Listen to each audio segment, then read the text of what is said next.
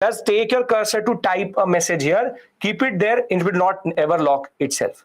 Now, what does the prelims syllabus say about history itself?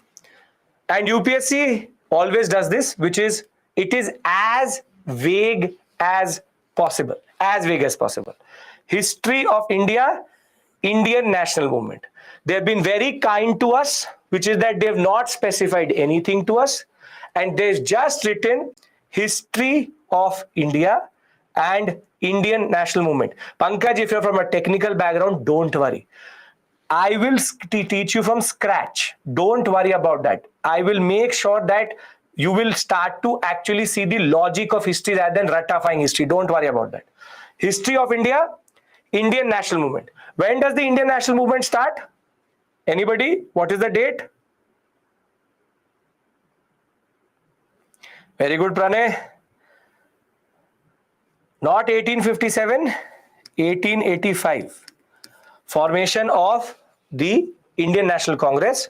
So from 1885 to 1947, there's a specific mention to the Indian national movement itself, and history of India is the vaguest term there. Now let's do one thing. Let's understand what is history for UPSC. What is history for UPSC? There are total 6 components to history. History is not one subject but 6 subjects. Ancient, medieval, modern, art and culture, post-independence, world history. World history. And what students don't realize is that there is a purpose of each, which is that these 2 only are PT specific, which is prelims, which is that you don't need to learn ancient medieval in a subjective way because it is prelims oriented. This is PT specific. Modern and art and culture is PT plus mains, which is that you have both objective MCQ questions plus mains questions, which means subjective questions.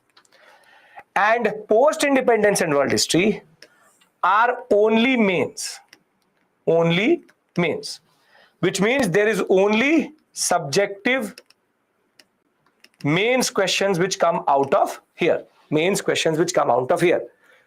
Now, this means that there is something called factual knowledge and there's something called conceptual knowledge. For modern India, do you need both or only one? For modern India, you need both or one? You need both, because you need to understand the question also in the prelims examination, and you should be able to write an answer in the mains examination also. So as I'll go on, once I've taught you 2 to 3 modules, I'll start to give you tricks of answer writing in modern India, and I'll tell you how to approach questions. I'll give you practice questions in class also. But the basic point is that modern India and art and culture are like the backbone. These 2 subjects cannot be ignored. Irrespective of anything. Now, you would also know one more thing is that if you would go to any random source of UPSC, they would say that you only concentrate on modern India and art and culture, don't do ancient medieval. Or they will say do ancient medieval modern but leave art and culture, post-independence, world history. Everybody has seen videos, everybody has gone through sources, everybody has their own combination of tricks. But I will tell you one thing very, very clearly. For anybody who has 365 days or you are technically preparing for 2024, leaving history is suicidal. Both in prelims and mains, because together in prelims you will get 25 to 20 questions, and in mains you will get 3 to 5 questions. which means that a lot of marks, close to 50 marks in prelims, and again close to 65 to 70 marks in mains, is based on these two concepts. And more than that, if you don't study ancient and medieval, art and culture will stop making sense itself, which is, you know, the most common book, which is Nitin Singhania. What students do is they just pick up Nitin Singhania and start to read it. But Nitin Singhania will not make sense to you if you do not understand ancient and medieval, because that is the base itself. Same is true for modern. Modern, if you don't understand the basic concept and timelines, you will not understand prelims oriented and mains oriented together with the larger history itself. So do not listen to anybody. I will make all of these subjects, I will teach you all of this in different sets and at different points of time in this year, but I will make sure that you are comfortable with each of them. So we had first the discussion related to what is BHLP, what is the course itself. Now we've understood the 6 components which come in the exam. Is this clear, everyone? Come on. You want me to repeat? Very simple. Ancient, medieval, prelim specific. Modern, art and culture, prelims and mains. Post-independence, world history is only mains. Conceptual knowledge is needed in these two together. Factual knowledge and concepts are important for ancient and medieval itself. Basic point is you need to study history. There is no one who has ever cleared this examination with leaving history itself. You have to study this and you will start to enjoy it. I will make sure you do that. How to make notes? Again, as I said, you see how I'm condensing the information. Once you study with me, you will automatically see how I condense information. There's, for example, you have opened the NCERT. I'm not asking you to just copy the NCERT. What a lot of students, what they do is, they just copy the book itself. That is not notes making. Notes making technically is condensation of information. There is this much data. How do you make it this much? Meaning, how do you make it into a pill which can be revised and can be studied easily? So very simply, you go with me. You go with me. As I go on, I will tell you the strategy to cover modern India. I will tell you the answer writing. This is your first baby step itself. This is the first baby step. As you will come to the 5th, 6th module with me, you will see that you will become more and more comfortable. Let's study something and you see how I'm condensing information. Condensation. Notes making is very, very simply not copying the information. It's about effectively organizing the information so that you can revise quickly. If it takes you 3 hours, if it takes you 3 hours to read the book and it takes you 3 hours to read your notes, then notes making is useless. Notes should be effective. Notes should be effective. Mohammed, I'll tell you which chapter we are doing. Don't worry about that. I'm still giving you context here. I've not started the course. I'm still giving you context here. Is this clear? Everyone, come on. Great. Perfect. Now, the next discussion we need to have is the other $1 million question, which is, what are the books? What are the books? Books. We are entering. Sharafuddin, I need to give you the understanding first. Now, you would have received this from us. If you haven't, you will be. This is Bipin Chandra, History of Modern India. This is class 8th NCERT, and this is class 12th NCERT. This is class 12th NCERT. 12th. Part 3. Now,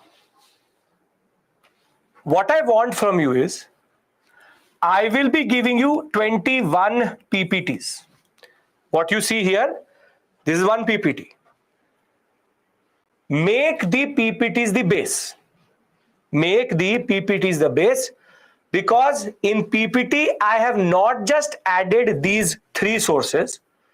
I have gone to optional level. which is I have information out of Shekhar Bandyopadhyay, I have information out of Sumit Sarkar, I have information out of some very, very important books which are taught for optional, but is not of any purpose to you because it's bulky. But what I do is that I'm amalgamating 6 to 7 sources together and creating this PPT itself. So make the PPT the base. Then the NCERT, which is the new NCERT. And thereafter comes third is Bipin Chandra. Third is Bipin Chandra. Now you will ask me, sir, what about spectrum? What about spectrum? See, spectrum only after this point. For the examination, NCERT plus PPT is extremely important. On NCERT's website, all NCERTs are available free of cost. You can download whole PDF. But my understanding is, don't go anywhere right now. First, understand the PPTs. Create a base with me. Bipin Chandra is no class. It's a book. It's a book, Orient Black Swan. Bipin Chandra is coming to you as part of your books. Use the 21 PPTs as the base. 21 PPTs cover 99% of the syllabus. But because NCERTs are a must and UPSC very specifically says that, have to go through the new ones. And then once you become comfortable with these two subjects, these two basic sources, then you move to Bipin Chandra. Lavanya, as I go on in the course, each and every module you will get a PPT. So don't have to worry. There are 21 modules of modern India and 3 modules of post-independence. Very simply, when it comes to sources, concentrate on the PPTs, concentrate in class. I teach in a certain way, which is that I give you a story in the beginning, then I revise with you through the PPT, and then I give you a summary in the end. So in the same class, I'm teaching you and I'm revising with you twice. Most probably you don't need to go to any other source. But if you have this doubt inside you, what about the NCERTs? What about Bipin Chandra? First PPT, then NCERT, then Bipin Chandra. It's a systematic process. Clear? PPT will be generated every time this class is over. You will get the PPT itself, annotated PPT. Right? Come on, everyone. Have to be more. What about old NCERT? I'll give you a surprising information. The surprising information is Bipin Chandra wrote the old NCERT and he republished the old NCERT as History of Modern India. So you don't have to purchase the NCERTs. Everything is available on NCERT's website itself. Or if you do Bipin Chandra, you are automatically covering old NCERT. Are you getting my point? First PPT, then NCERT, because NCERTs are written abruptly. First PPT. Okay, Shavni, this is much more fundamental. You'll do ancient with me very soon. Don't worry about that. We can do it independent of that. So, syllabus, source, structure of history. These 3 things clear?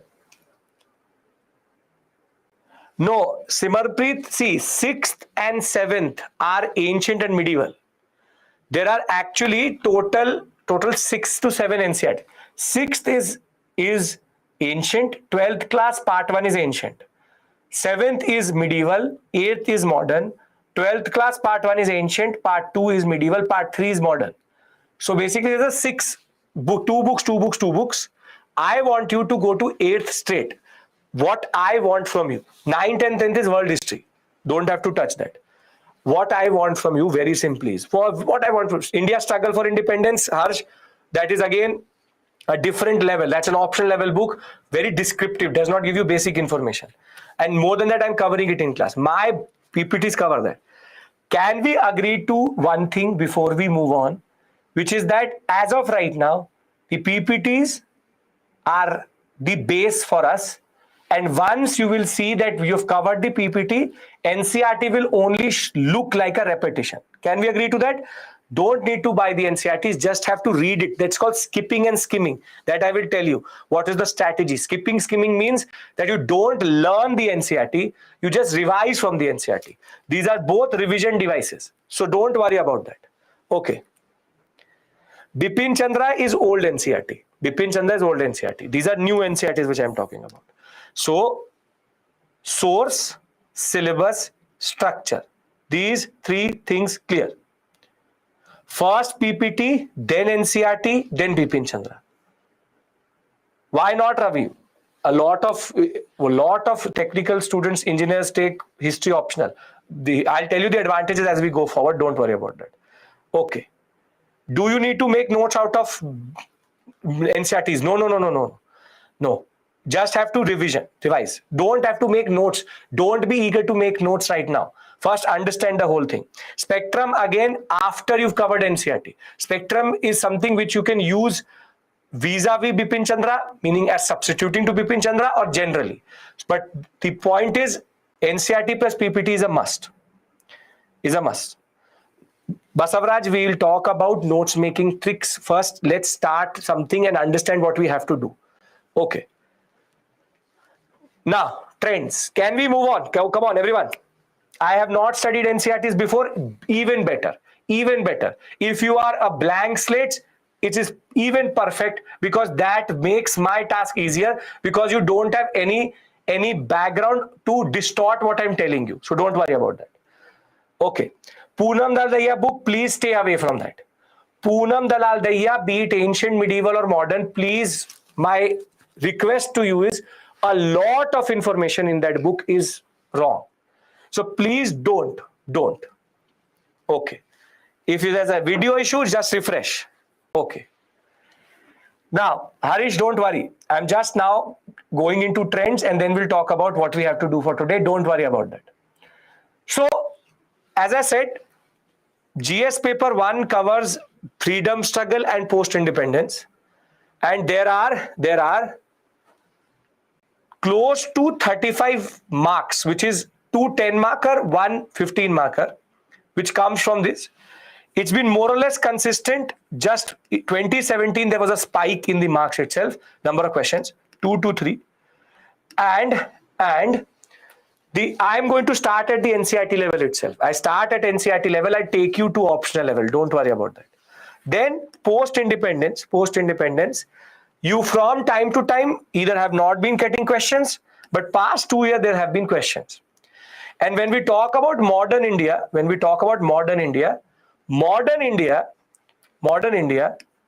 there are 10 to nowadays 5 to 10 questions which come. And they are the most sought after in easy ones. And if you'll do this basic 83 hours with me, any questions, previous year questions, we'll cover it in the class also. You will realize that the depth is matching what we are studying. So don't have to worry about that also. Very simply, trust the process. I'm only asking you to do one thing, which is trust the process. I will not start assuming anything, and I will go exponentially up, making sure that you understand the UPSC level question also. So don't have to worry in that sense. 6th to 12th, no, just concentrate on 8th and 12th class part 3. I'm not even asking you to read that right now. Don't worry about NCERTs right now. Concentrate in the class. Okay. Now, this is how we are going to cover our whole syllabus. This is the last discussion I have, then I enter Mughal decline. This is how we are going to cover our syllabus, which is that there are, as I said, 21 modules, and each and every module is created in such a way that first your prelim specific understanding is also catered to, and main specific is also done. So today we start with module number 1, Advent of Europeans and Mughal decline. The first classes are sets, which is Advent of European 2 classes, Expansion of British rule 2 classes, Economic policy 2 classes, then Constitutional development, then we'll go to Social religious reform 2 classes, tribal and peasant. Then we come to the halfway point of our history, 1857. And now we enter the national movement with the formation of the INC in 1885.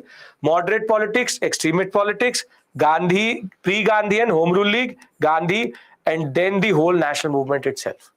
So this would automatically be available to you as part of a PDF which would have gone to you with the class schedule and the syllabus. But don't have to worry about this. 21 modules we will cover, and every and each aspect related to what we are doing will be covered in that sense.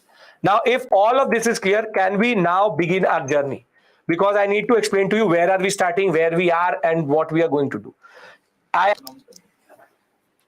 Welcome back, everybody. Welcome back. Welcome back. Modern history. Yes, yes, we are back. We are back. I'm extremely sorry. We had a server issue that's now resolved. So some things not in our hands. As it is, we are teaching the history of the British. They, as it is, don't like the fact that I'm exposing them. So they always intervene in this way. The basic point of the matter is we'll come back at 6:30 again. Please, you take a break. We'll consider this as the break itself. So we'll be back at 6:30. I'm really sorry for this. Your break was there. Again, so yeah, 6:30. People had not long. Some of us said, then members, the 6 subjects which constitute history, the sources, PT, PPT. Oh, why not? For me, fonts from the back. Not from where at least 5-6 classes understand what is happening. Once you start to become comfortable with the PPT, then you go to the NCERT. Don't parallelly read it because it is going to become problem. You have not missed anything. You have not missed anything. I'm waiting, as I said, till 6:30 for everybody to join back. You do not miss. If you cover few feet, I'm just forward. Needs that is ancient. No, be sorry for this. That now the British interviewed omen in that sense that somebody wanted to intervene into our class. So let's now start our discussion and the good thing was we've just discussed the background. My whole purpose in the past 1.5 hours has been to give you an understanding of what we are going to do. Now, if I have your permission, and as I said, extremely sorry for this, can we begin the course itself, the first module itself? Yes? Great. Yes, the video is working, the audio is working, I'm audible, I'm visible. If not, just refresh once. I think everything is resolved. Okay. Now, what we call modern India is part of a larger story. See, in history, there's a very basic specific timeline, you see. What I'm trying to give you here is an understanding of what we are going to cover. See, from 2 million BCE to 750, we call it ancient. From 750 to 1206, we call it early medieval. From 1206 to 1707, we call it medieval. From 1707 to 1757, we call it early modern. And from 1757 to 1947, we call it modern. And BCE means before Christian era, or what we call as before common era. Don't have to worry about that word right now. Ancient we will discuss. Basic point is we are starting here. We are starting here. We are starting here. Which is why 1707 so important? 1707.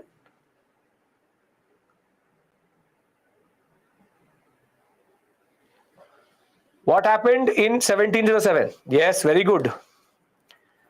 Death of Aurangzeb. So basically, like you are in a mall and you look at a screen and says, you are here. I am telling you that we are here right now. So the first topic I'm going to discuss with you is called decline of the Mughals, because that is the context. And then we'll go on to the Portuguese, which I will discuss with you very shortly. Now, listen to me, concentrate. As always, I'm going to ask you to tell me if you're following and concentrate towards me. Now see, what is the purpose of this discussion? See, I am shooting a movie, and the movie is called Expansion of the British in India. Expansion of the British in India. And I need actors. I need actors. So the discussion with regards to decline of Mughals is to technically cast the people into these roles. What do I mean by that? For example, I will say Farrukhsiyar. So you need to know who is Farrukhsiyar. I will say Bahadur Shah Zafar. So you need to know who is Bahadur Shah Zafar. So the Mughal decline is an important context to the concept of early modern and modern. 1757 is Battle of Plassey. 1707 to 1757 is where the British are going to very simply take root into India. So what I'm doing with you right now is that you don't have to learn the decline of Mughals, because that is technically medieval India. And when you'll do medieval India with me, I will again have a discussion with you. But I have to start somewhere. So I will start with the decline of Mughals. But the purpose, again I'm repeating myself, the purpose of this discussion is to create that image in your mind of these actors who will play a very important role in our story. Are you getting my point? You don't have to do a thesis on any one of them. What you need to do is just very simply know who this person is, so that when I show you the movie called Modern India, you know what the role of that person is, who that person is. So Mughal decline is something which is there in both medieval and in modern. But the purpose in modern is technically to talk about weak successors of Aurangzeb, because they are more important in our story, because they are the one who give the British the chance to entrench themselves. One thing I can assume that you realize that we were under the British for 250 years. Yes or no? Yes. Now, the first part of the first 5 to 6 modules tells us how does the British capture power in India. And that process, there are multiple actors which played a very important role. Okay. Now, first is, who are the Mughals? Again, very brief summary to you. Babur fought the first Battle of Panipat in 1556. 1526. And between 1526, which is the first Battle of Panipat, to 1707, we call this period as medieval India. Proper medieval India, Mughal India. You would know one of the most celebrated of all Mughal rulers, Akbar. Babur, Humayun, Sher Shah Suri, then Akbar, Jahangir, Shah Jahan, Aurangzeb. These are the basic rulers of the Mughals. Babur, Humayun, then in between comes Sher Shah Suri, Akbar, then Jahangir, Shah Jahan, and very simply Aurangzeb. These are the very, very important. Manu will discuss that. You have not lost anything till this point. We are now actually starting the discussion with regards to what happened. I'm extremely sorry for what happened. Now we are now discussing what we are discussing. So Babur, Humayun, in between Sher Shah Suri, Akbar, Jahangir, Shah Jahan, Aurangzeb. Now the history of these rulers and even Aurangzeb we will do in medieval, which is going to come very soon in your timetable itself. So I want you to do one thing, which is you trust me that I'm going to teach you medieval India and these rulers. Can you trust me that I will teach you about them? So I'm not going anywhere. I'm just making you assume that Mughal India exists and Babur, Humayun, Akbar, Jahangir, Shah Jahan are the rulers. So you just need to trust me that I'm going to put a lot of time to explain these people to you. The Rajput policy, the religious policy, the concept of Mansabdari, everything I will discuss with you. So the first is this trust building exercise between you and me, that we realize that there is Mughal India. But now Aurangzeb is a very interesting character in our history itself, which is that he has always been accused of being a bigot. Bigot means a person who is religiously very, very divided. A staunch Muslim, he's known to have technically destroyed a lot of temples. His policies are considered one of the prime factors of destroying the Mughal dynasty itself. But the problem in that understanding is it glosses over other systemic issues which were there within the Mughal Empire. What do I mean by that? When we look at the Mughal decline, there are multiple factors which played a very important role. However, everybody gets fixated here. Everybody gets fixated here, which is Aurangzeb's religious policy. And if you've done history or you will do history for what we call as optional, you would know Jadunath Sarkar, a very major historian.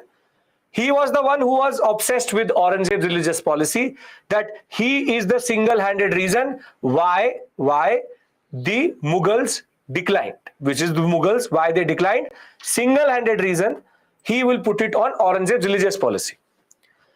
However, if you look at the larger picture, there are other systemic issues which are there. And these systemic issues are important for us because these weak successors, the actors of our story called modern India, inherit these issues. So what I'm going to do now is I'm going to give you a very vivid picture of how Mughals are going to decline. And once you will see how they decline, you will realize that basically which will be exploited by the Europeans. So before I before I technically spring up the Europeans in India, you need to understand the weakness of the Mughal Empire and why is that there was so much gap in India that the Europeans could enter. So very simply, we need to understand a very simple question, because everything which we do has a purpose. What I'm trying to say is Farrukhsiyar is going to give a permission to the British to trade. Jahangir had already given some permissions to trade. The reason why they will be able to enter the Bengal sector, the Hyderabad sector, the Carnatic sector is because Mughal decline was weak. So you need to understand what happened to the Indian subcontinent that it became so easy for the British to enter. You understanding the point of this discussion?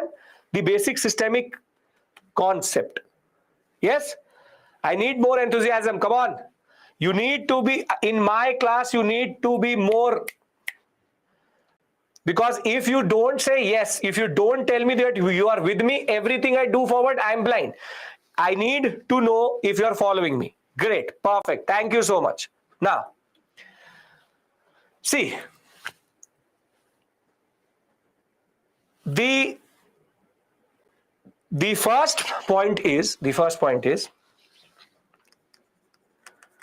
Mughals have interesting characters. And one such interesting character is a person called Shah Jahan. What do you know Shah Jahan for? What we have done till this point is, we are now discussing Mughal decline. We have not discussed anything else. We all know Shah Jahan for Taj Mahal. Very good. Taj Mahal was made by Shah Jahan, and in Delhi, Red Fort, Jama Masjid, all made by Shah Jahan. So Shah Jahan was a great builder. But when you build something, what do you need to do buildings? if you are building something, what do you need? You need money. Very good. You need money. So if you need money, making Taj Mahal is not a cheap affair. Making a whole city called Shahjahanabad, Red Fort, is not a cheap affair. So basically, when Aurangzeb, the successor of Shah Jahan, comes to power, Aurangzeb inherits an empire which is literally bankrupted. Which is literally bankrupted means that very simply, Shah Jahan spent all the money in creating these structures. So when Aurangzeb comes to power, Aurangzeb has a major issue, which is there's an economic crisis.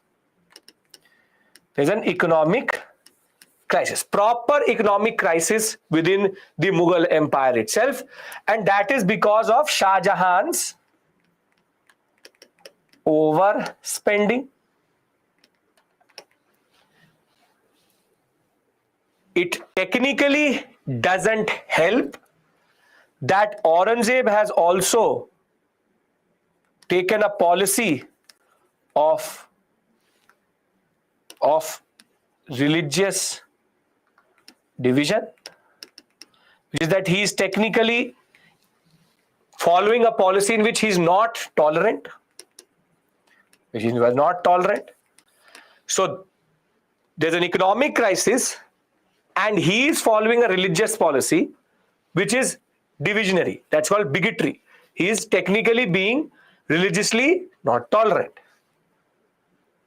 So now Aurangzeb is in a proper crisis, and the Mughal Empire is very, very big. So if you have an economic crisis and your basic income is revenue from land, which is taxing the farmers, what are you going to do? Come on, what are you going to do? You are going to increase or decrease taxes? Very good. You will increase taxes. Perfect.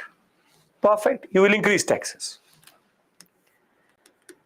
So he is tries to mitigate by increasing the taxes. Very good. But there's a problem. See, this data was not previously available to us, but history is also becoming more and more interesting as a subject. Mitigate means to find a solution, tries to find a solution to this problem by increasing the taxes. Now, previously we did not have this data, but with new histories being written and a very new zone which is emerging called environmental history, we get to know that Aurangzeb, under his rule, there were 8 to 9 El Nino years. Now I'll tell you what this means. He tries to mitigate this economic crisis via increase in taxation. But if he is going to mitigate via increase in taxation, he needs to exploit the peasants more. But the problem is that his rule has what are called 8 to 9 El Nino years. What is El Nino? You will do it in geography, but I'll give you a very simple explanation. The pressure difference between Australia and the Chile coast, Chile country, South Latin American and Australia, when the pressure difference is negative, which is that there is high pressure on the Chile side, the monsoonal winds, their intensity decreases. And if monsoonal winds intensity will decrease, what will happen to the rainfall in India? It will go down. So what happens is that there's the opposite also called La Nina, which is too much rainfall. What we know now is, based on environmental history, that when Aurangzeb tried to increase the taxes, agriculture started to fail. Agriculture started to fail, which is that now there are two issues which are related to each other. He's in an economic crisis and he's trying to increase the taxes. But agriculture needs water. Water is going down. So now if you look at Aurangzeb's rule with this perspective, you will realize that he's technically firefighting, or he's technically trying to find a solution to his major economic problems. You would have heard of the concept that Aurangzeb stopped a lot of practices. For example, he stopped the concept that every Mughal emperor on his birthday used to be weighed on gold and silver, and the gold and silver was then distributed to the people. Have you heard about this? The concept of distributing gold and silver vis-a-vis the weight of the king. But Aurangzeb stopped that. Tell me why. Why would you stop distributing gold and silver when it comes to your birthday?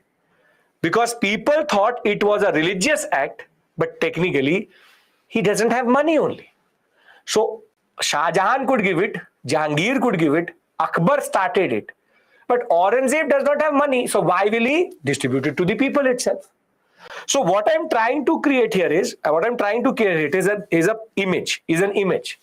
The image in front of you, and see, very simply, this is how I teach. One thing I'm telling you, there's a structure in which I will give you understanding, then I will give you the nitty-gritty from the PPT, and then I will summarize. And I hope this will work for you. If you want, I can change the strategy. That's a separate issue altogether. But I always first create understanding, then I give you the details, and then I give you a summary. This is the basic way I go on. So the picture in front of you, see, the concept of 8 to 9 El Nino years is that El Nino reduces rainfall. So you see, Aurangzeb is ruling. He's ruling. And now there's an economic crisis due to the overspending under Shah Jahan. So your natural impulse is going to be tries to increase taxation on agriculture. However, there's a problem. The problem is that agriculture, the productivity or yield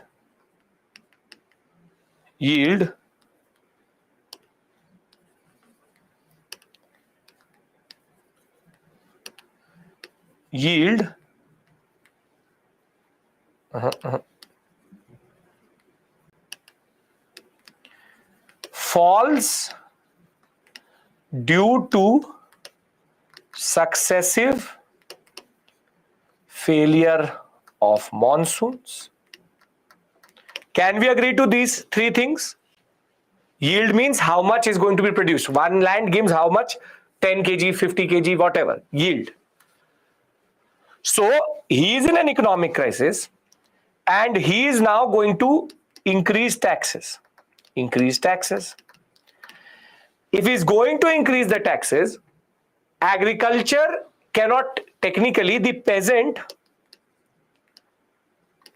not in a position to pay more.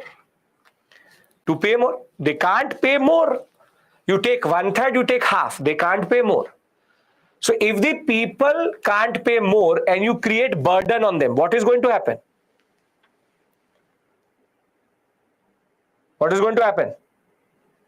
Very good, Shubhranshu.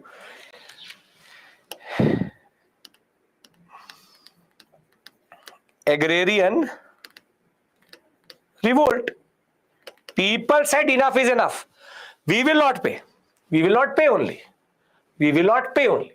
So Aurangzeb, because of his foolishness, from an economic crisis, now has also added to the empire an agrarian revolt, which is peasants giving up agriculture and saying, you take the taxes from the land. We will not do anything. We can't pay you this much. Successive failure of monsoon is happening. We are not in a position to pay. We won't pay only. So now you see how the crisis is deepening. So economic crisis is there. And now you add agriculture in crisis also. These 2 points clear, everyone. Are you able to create this chain of thought and the basic cause and effect here? I need everybody's assertion, then only I go forward. Yes? Basic point, I am repeating myself. Economic crisis, because of overspending of Shah Jahan, in turn leads to Aurangzeb trying to extract more from agriculture. However, he is unlucky because basically he is not able to increase taxes or is increasing taxes when the peasant does not have the capacity to pay, and therefore the cascading effect, the domino effect of that is that agriculture is also in crisis. So when we talk about the first 3 reasons for Mughal decline, the first 3 reasons, first is Aurangzeb destabilizes the peace and harmony of the empire. Don't have to write this, you will get it in annotated PPT. Everything I write down, you will get it after the class. Aurangzeb destabilizes the peace and harmony of the empire by his religious policy. The economic crisis of the Shah Jahan period is inherited by him. And third is that because of that, too much taxation with failure in monsoon leads to agrarian revolt. We'll do Aurangzeb's religious policy in medieval. You just trust me that he's not a person known for good thing when it comes to religious policy.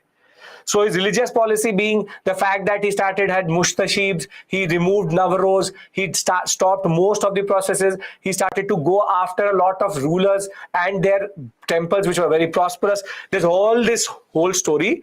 The discussion, we do it in medieval. Peace and harmony of the empire is shaken by his religious policy. The biggest blunder he will do is he will technically alienate the Rajputs. Rajputs were the most important pillar of Mughal rule in India. And because he will start to meddle into the Rathod politics, it will in turn lead to the the Rajputs abandoning Aurangzeb. And that was already the starting of the end. So Aurangzeb's policies has removed at the central level peace and harmony. Economic crisis has been inherited by him, and too much taxation has created agrarian revolt. Agrarian means agriculture. So these 3 points we can agree on, because there is another set of issues which are much more systemic to the Mughals. Great, perfect. Now, if you go a step further, the next most important problem with the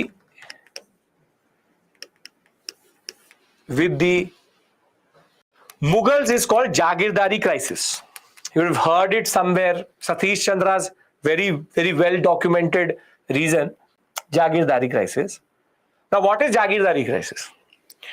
So the word Jagirdari originates from the administrative setup of the Mughals, which is also called Mansabdari.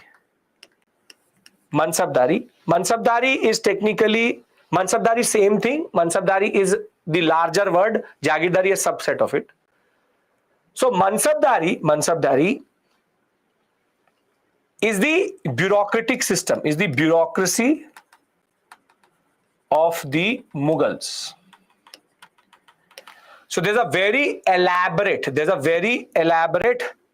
ranking system, As per every rank you get a salary.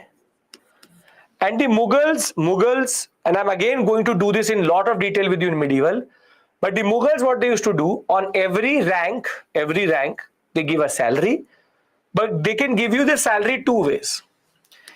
Either they give you salary in cash, or the second is that they give you that salary in the form of what we call as Jagirs.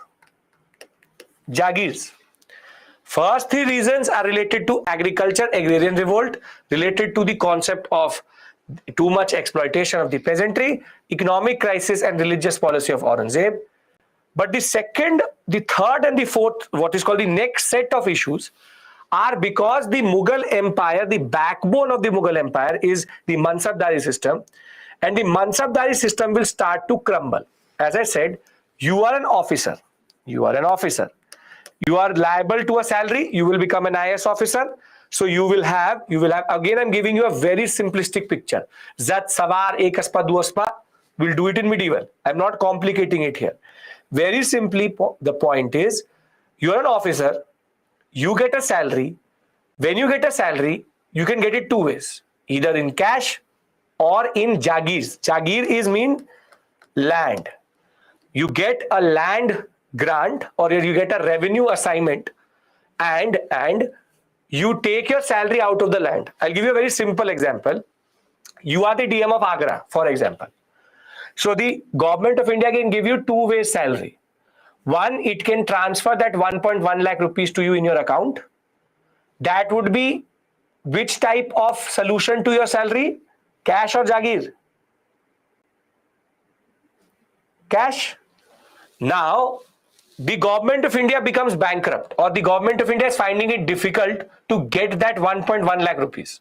So what they do is they say, I give you your salary in the form of the Jagir. Meaning, Agra is your Jagir. Collect the revenue, whatever the revenue it is your salary. So basically, Jagirs are land revenue assignments given to the officers in lieu of their service. You are paid through the revenue of that land.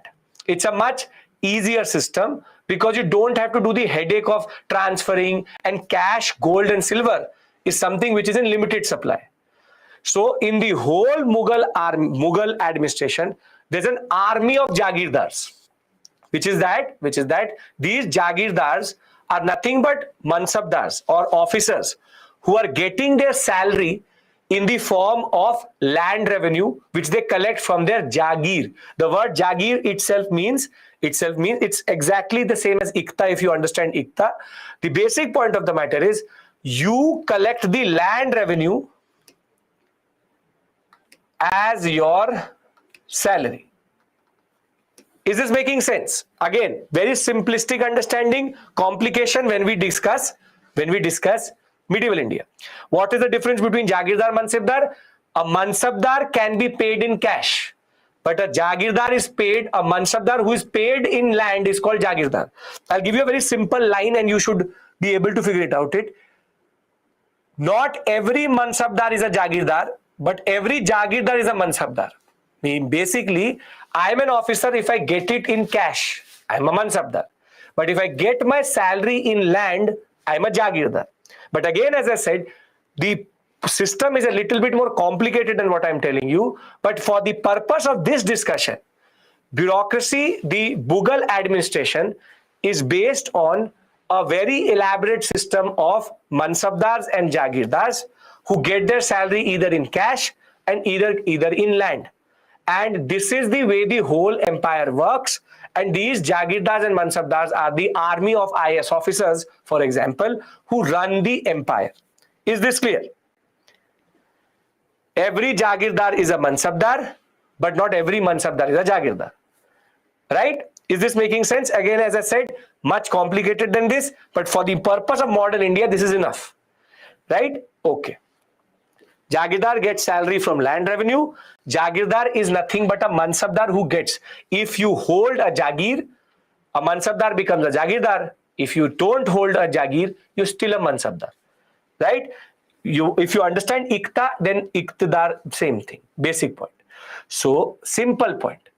It is a bureaucracy. It is a bureaucracy. And I want you to understand this. It is a bureaucracy. You get two types of salaries, cash or land. Can we agree to this? A Mansabdar is an officer. Can we agree to this? Very simply, Mansabdari is the whole bureaucratic system of the Mughals. They pay them in either salary, cash, or either in Jagirs. Can we agree to this? Then only I go forward. Because this is going to become distorted very soon. Very, very soon. If land revenue is more than salary, then what do? Shalu, they have to transfer that money to the center. That is again a nitty-gritty aspect. If more, then you transfer it to the center, which is you send it to Agra. If less, it's not the problem of the king. Again, Ashima, I'm very simply saying the Jagirdar Mansabdar system is nothing but the bureaucracy of the Mughals. Rank officers get a salary according to their rank. That rank gives them a salary. Salary can be paid in cash or can be paid in Jagir. Jagir is nothing but a land which is given to you. You collect the revenue from the land. It can be equal to or more than your salary. If equal to, then that is your salary itself. More than, send it to the king. And less than, no one cares, because emperors don't care about the welfare of their bureaucracy. That this is not the concept of democracy. It is all based on this concept. Okay. Now, every Jagirdar is a Mansabdar, but not every Mansabdar is a Jagirdar. Meaning, Mansabdars are two types, salary and non-salary in that sense. Okay. Yes, Pranay, yes, basic point is this. Mansabdar is an officer, is an officer. What about royal Mughals? How could they operate if all were good? Again, Anuj, I'm coming to that because they divided the empire into two parts. I'm coming to that. Do you understand the basic concept? Then I'm going to go a step further. Don't worry about that. You understand this? Yes, that is why I said Mansabdar is the bigger word. Jagirdar is a subset of Mansabdars. Very good. Now, simple. Till today, if somebody has to taunt you and you are using something very, quite a lot, what do they say in North India? Apni Jagir samajh rakhiye.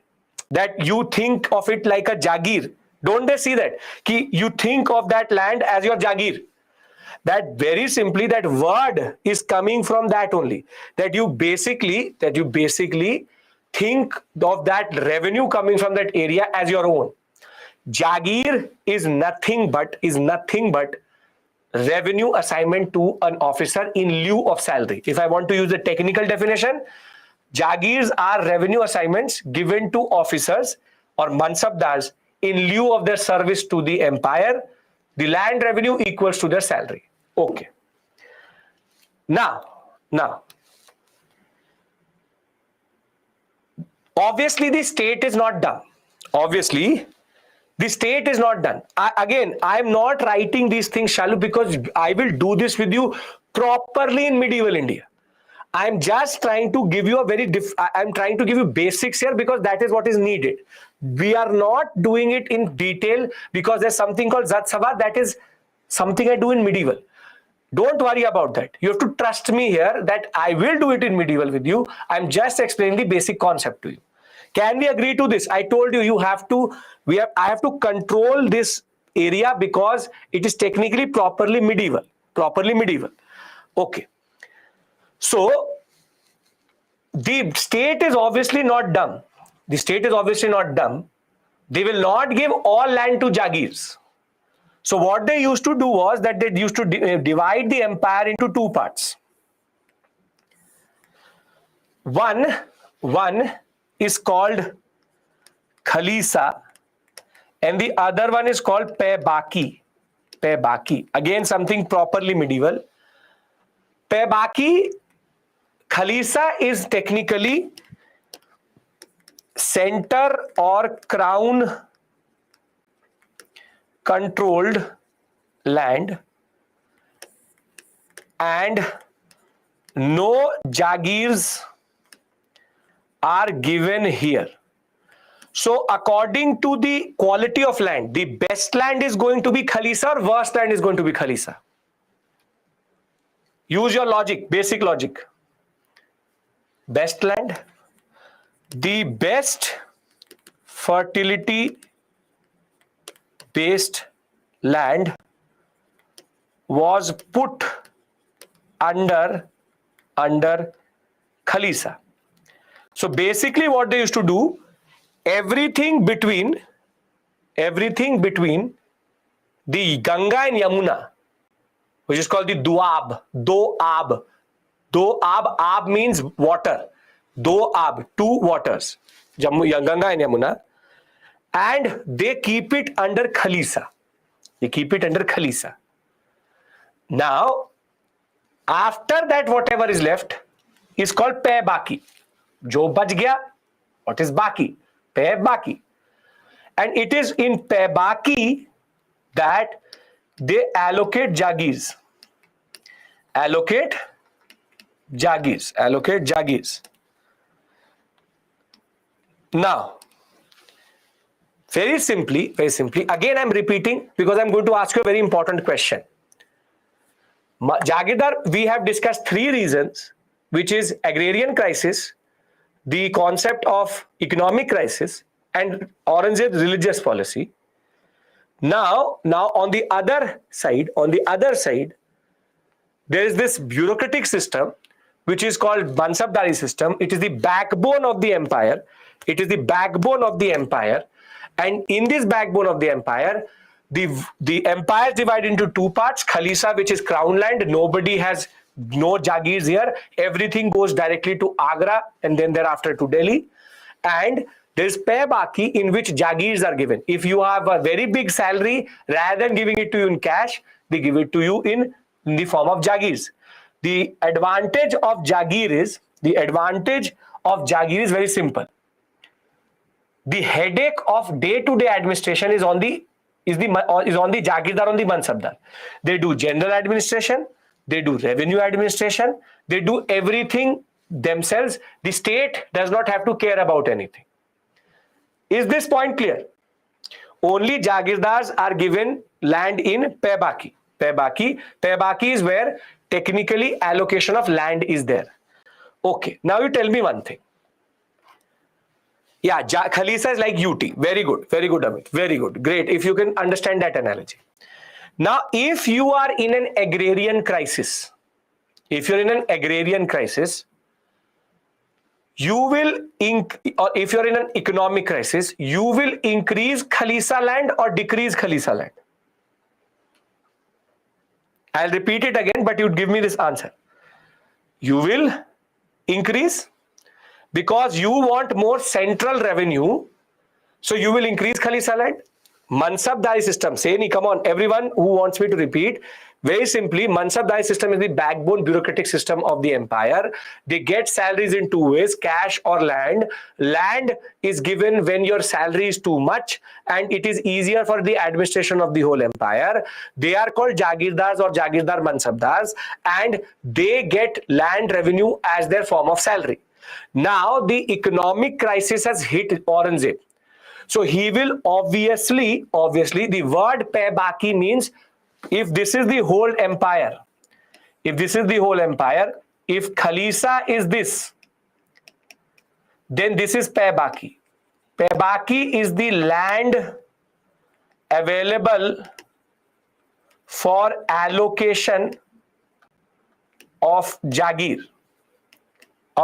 Now, is it making sense? What is Paybaki? Everybody, because there's still a little bit of confusion. I don't want that. So if there's an economic crisis, you would want to increase this and you would want to decrease this because you want central revenue to come. Jagirs are given within the Paybaki. This is a Jagir.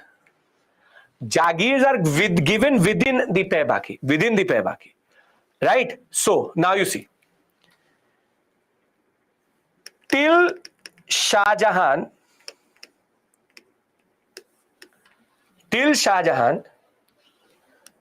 number of Jagirs was less than the number of, rather was more than the number of Jagirdars. What does this mean? For example, Pritam, I have not seen your comment. For example, there were 1,000 Jagirs available, but there were only 500 officers.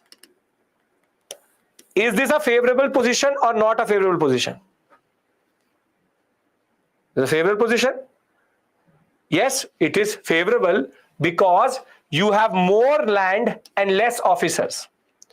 This gives you stability. Don't worry, I will bring everything together. Don't worry about that. So you have more land and less officers. But the problem which Aurangzeb has is that Jagirs are less and Jagirdars are more. Now what is going to happen? Technically, this is called the Jagirdari crisis. Jagirdari crisis. Which is that now Jagirdars will start to compete with each other to get the best Jagir. Imagine IAS officers fighting with each other for getting posting. Because if they don't get a good posting, they will not get a good salary. So now you see the way the Aurangzeb problem is becoming bigger and bigger. You see, now let me bring everything together. Very simply, he has one systemic issue, which is the economic crisis. Economic crisis created by overspending. The solution he finds to it is increase the tax on peasant, but failure of monsoons. What will be the product of this? The product of this is going to be an agrarian crisis. Is this part of the story clear? Come on, tell me. Is this part of the story clear? Yes, it is. Now, add to this, there is a major crisis in the empire which you can call as the Jagirdari crisis, which is an administrative crisis, wherein, and I'm writing it down, in order to increase the revenue, Khalisa land was expanded, reduced the Paybaki land, and the basic point of the matter is, the conclusion to this is, Jagirdars outnumber the number of Jagirs. And what is going to happen is, this will create instability, competition, corruption,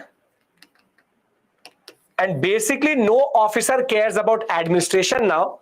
It's about how much you can extract, because you don't know if the Jagir is going to be there or not. And this increase in number of Jagirdars is also because Aurangzeb is constantly fighting in the Deccan. So whenever he captures an area, he, in order to appease the people, adds them into the Jagirdar. Basic point is, imagine the number of officers in India, IAS officers in India, exceeded the allocated budget for their salary. Are you getting my point? That basically the officers outnumber the available land itself. So the Jagirdari crisis will become an administrative crisis, which will then be compounded with Aurangzeb's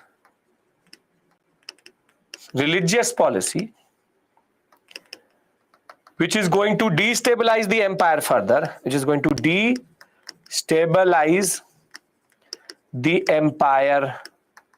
further, and together this is called Mughal decline. This is called Mughal decline. One Jagir is equal to how much area of land? Sachin, Jagirs could be as big as Bengal, could be as small as a small village. The basic point of the matter is, if you look at only Aurangzeb's religious policy, you forget that there is a much bigger crisis in the Mughal Empire, which is cascading and creating, again, economic crisis because of overspending, increase the taxes, monsoon fails, agrarian crisis. Agrarian crisis is compounded with Jagirdari crisis because the administrative setup is breaking down, and then Aurangzeb also is not following a good policy of religion. All this comes together and creates Mughal decline. So no, the administrative crisis is not creating Aurangzeb's religious policy. When I showed you this basic slide, rebellion, agrarian distress, Jagirdari crisis, and economic bankruptcy, these three are connected to each other, and if you add to this, you get the proper reason for Mughal decline. So in the examination,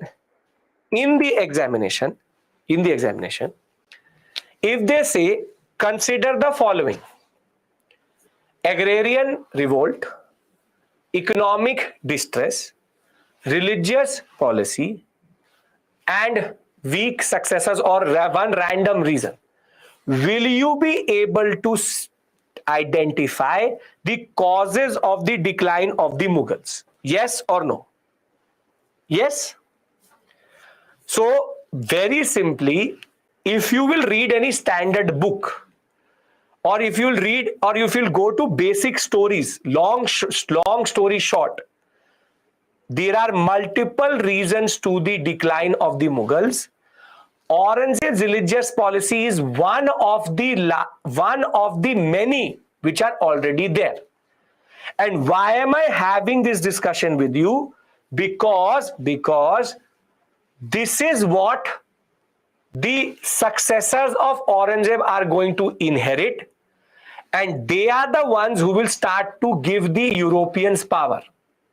So can I now assume and consider that you understand the Mughal decline process? Because then I add two more factors to it, and then we technically can move to something which is relevant for the examination further. Very simply, Aurangzeb was one of the reasons for a lot of decline. A lot of students, what they do is, because of limited understanding, they mark only Aurangzeb's religious policy. But if you are my student, you have to have a nuanced understanding of everything. So it's a proper crisis which is coming together. Agrarian crisis is when peasants start to revolt. This is peasant revolting. So peasants revolting. If you look at it, Aurangzeb's empire was technically burning. Peasants were running away, not paying taxes. His administration is internally fighting. He does not have money and basically agriculture is failing. And over and above that, he did not help that he himself was also useless because he followed a policy which alienated everyone. Religious policy, very simply, is how he alienated or removed the Rajputs from administration, a very important backbone which we will discuss, and the way he followed a policy of being a staunch Muslim. And again, disharmony was introduced into the empire because of his orientation to religious tolerance. But as I said, all of these things I will discuss with you again in 7 hours in medieval India. So can I trust the concept that you understand this? I am multiple times repeating because I don't want you to think that there is this thing which doesn't work. Is this logical or is this actually only factual?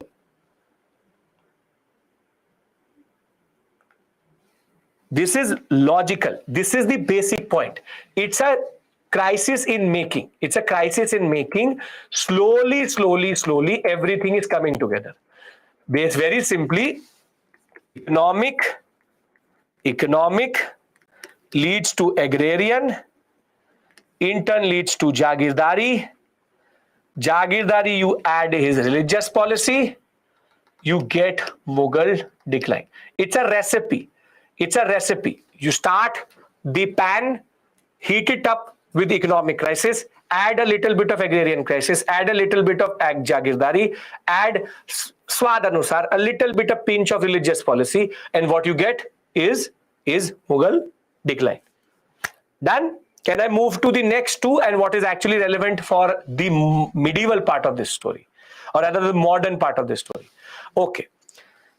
See, now it doesn't help that when you are at the weakest point, you do not have money, and then two people, Nadir Shah and Ahmad Shah Abdali, they actually invaded India at this point of time in 1739 and 8 times between 1748 to 1767. These two are called invaders.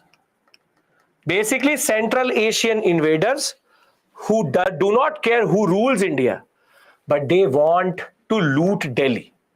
So now imagine that I gave you 100 rupees and you technically do not have the 100 rupees also, and you've taken some 100 rupees more from your friend, and now someone else comes and steals that 100 rupees from you. These are called Northwestern invaders. These are two rulers from the West Asian dynasties, West Asian empires, who randomly stroll into India and they say, okay, give us your money, loot India and go back. They loot India and go back. Now, this is even more problematic because if things were not as bad as they were, now there are two rulers who totally ransacked Delhi, destroyed Delhi, took away its money, whatever was left, central treasury they looted. So the basic point is, how did they loot? They came, they defeated the ruler, they killed people, they went into central treasury, took the gold and went back. So what I mean to say is, if things were not bad enough, these factors can also, they are technically coming from, all invaders in India come from the northwestern sector. They're coming from the Pakistan and Punjab sector, entering into India, looting Delhi and going back. And the beauty of this is, or the sad part I want to say, Abdali did not come once, twice, thrice. He came 8 times to India. Every time came, took something, went back. Came, took something, went back. What I'm trying to argue here is, why is that the Indian civilization, why is that the mighty Mughals, why is that India went into the subjugation of the British? What was that? 17 times is Ghazni. This is 8 times. 8 times. 8 times. What is that? What is that? Ghazni, Gori are Delhi Sultanate. 1200s. 1130, 1191. That's a separate issue altogether. The basic point of the matter is, how did India come to this position that some random white men came and took our country away from us? And what I'm trying to tell you is, when they came into India, India was in a major crisis when it comes to administrative, economic, agrarian, and generally because it was being destabilized by constant invasions from the west or the northwestern sector. Is this clear? India was always rich, has always been rich. We were made what we are today in a city, in a country when poverty was never known by the British. That is the story what we are doing here. Very simply, this discussion is to create, as I told you, I'm creating a picture. This is the trailer. The trailer is now set. The trailer is now set. There's an agrarian crisis. There's a Jagirdari crisis. There's an economic crisis. There's an increase in taxation. There's a ruler who does not understand religion. And there are invaders. Now, can I add the actors to the story? They only invade to loot. They only invade to loot. Great, great. See, one thing should be clear. UPSC has not asked till now in modern India the question related to Mughal decline. But I'm trying to give you an understanding here, because at least you should be able to write an answer in which you are giving them multiple causes. Because if you don't give them multiple causes, the examiner will realize that you just generally randomly know Aurangzeb's religious policy. So now, Mughals have declining, and it doesn't help that the successors of Aurangzeb were also fools and useless rulers. So in this whole list, if you see, invasions done, economic Jagirdari crisis done, agrarian distress done, religious policy done, economic bankruptcy done. Can I discuss this? Because this is where a very standard questions come from in the examination. Okay. Immediate cause is technically invasions and weak successors. Religious policy is much more systemic to Aurangzeb. Aurangzeb was already dead by 1707. Okay. Now, rebellion means people fighting. Now see, again, try to understand. The canvas or India, there's an agrarian crisis, there's an economic crisis, there is invasions happening, and there is what is called as disharmony and conflict. And on this basic canvas, if you add a Jagirdari crisis, see, a good ruler could have stopped this crisis. A good ruler could have stopped this crisis. But what happens is that Aurangzeb's successors are weak, useless, and have no understanding of how to stop this crisis. Maybe if Akbar came after Aurangzeb, he could have controlled it. Jahangir came after Aurangzeb, he could have controlled it. But his weak successors, the people who followed after him, had no idea how to stop this process itself. And now in the examination, two types of questions come. First is, you can be asked to put them in chronological order, and I'll give you a very important trick for that today. And the other would be that because the people we are going to talk about are the people who are interacting with the British, you need to know who they are. So the purpose of the discussion which is going to follow, is it clear? Because I'm going to give you the trick to learn the weak successors, but I will also you need to know why we are discussing this in the larger perspective. Right. Great. Okay. Now, first and foremost point, don't look at this.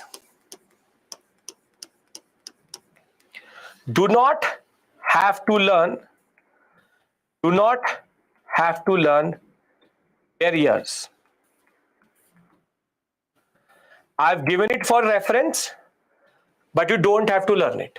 Don't have to learn it in any way or form. Now, the first ruler to follow Aurangzeb is a person called Bahadur Shah first. So now what I'm going to do is I'm going to take two words from his name. Ba.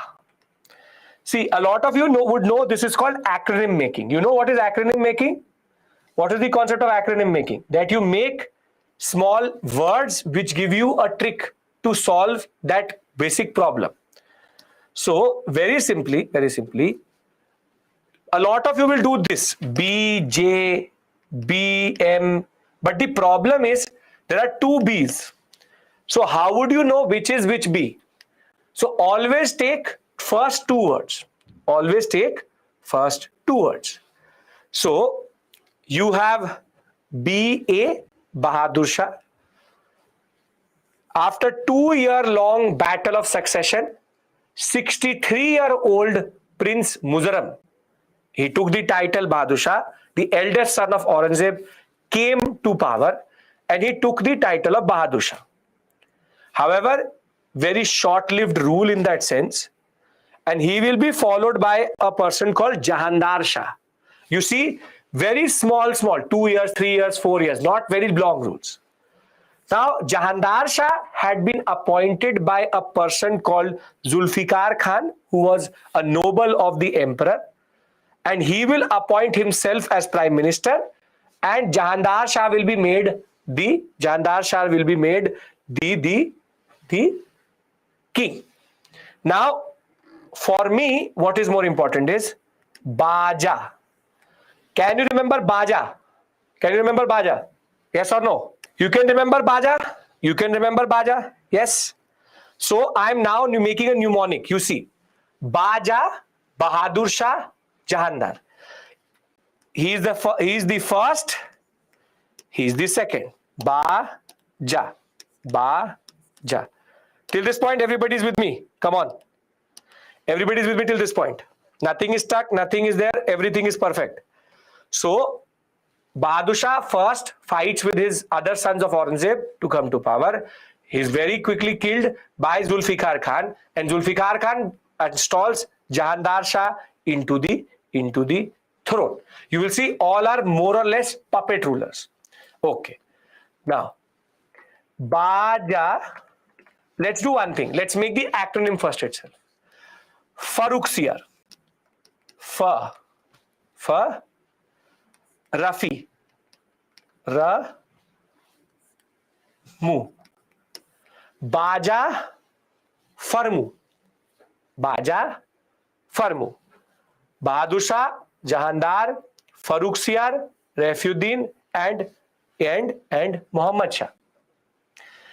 This is called mnemonic making. It helps in generally in the examination, not just in history, helps in polity, geography, any subject in that sense. And Baja, Farmu, we will keep on expanding it. But the basic point here is we will make these type of tricks to reduce our load of not learning their dates. And why am I putting them in this exact order? You tell me. Why am I putting them in this exact order? What is the logic of putting them in this exact order?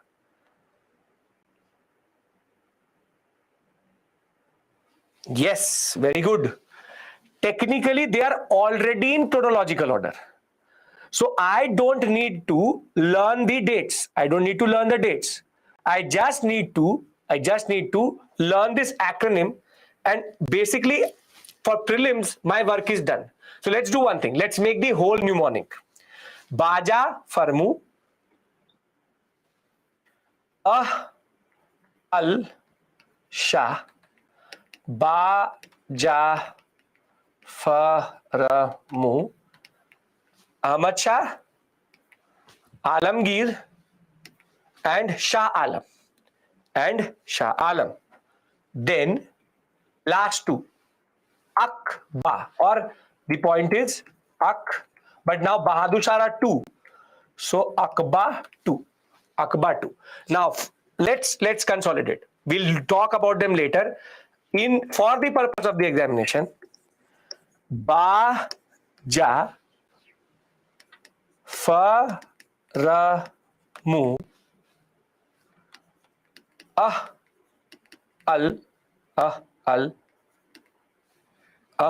Al Shah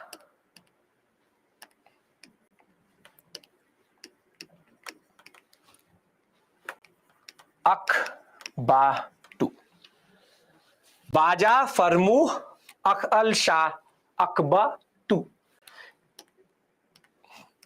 1, 2, 3, 4, 5, 6, 7, 8, 9, 10. Now do I need to learn their dates?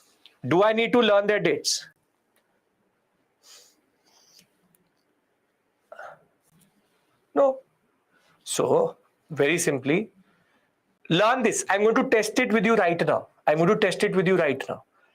Baja Bahadur Shah 1, Jahandar Shah, Farooq Siar, Raifuddin, Muhammad Shah Rangila, as he is called, Muhammad Shah, Ahmad Shah, Alamgir, Shah Alam.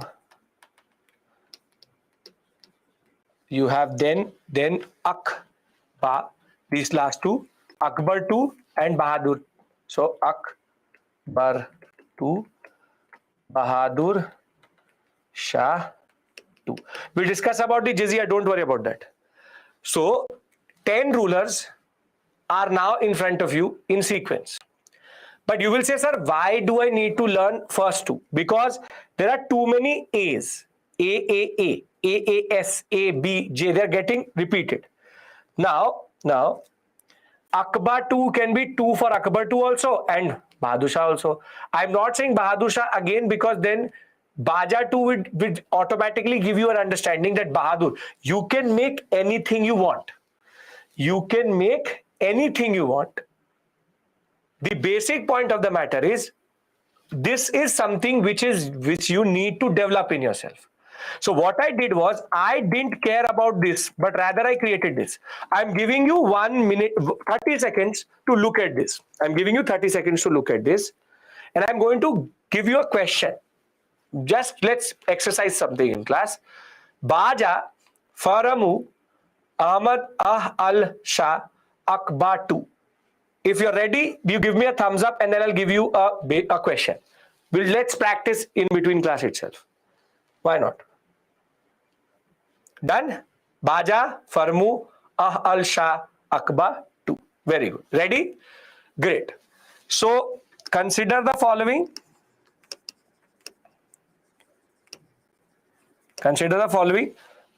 And let me write the question and then answer it. I'll use the polling feature with you. Don't worry about that. 1, 2, 3, 4. Let's play with 4 only. Now, very simply. Jahandar Shah, Bahadur Shah 2, Muhammad Shah Rangila and Farrukhsiyar. Right? A, B. I'm giving you the options.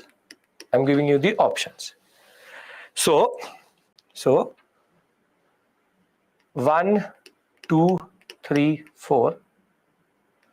1, 1, 4, 3, 2. 1, 3, 4, 2. And 2, 3, 4, 1. Now, wait. Let's use this feature. When we have it, why not?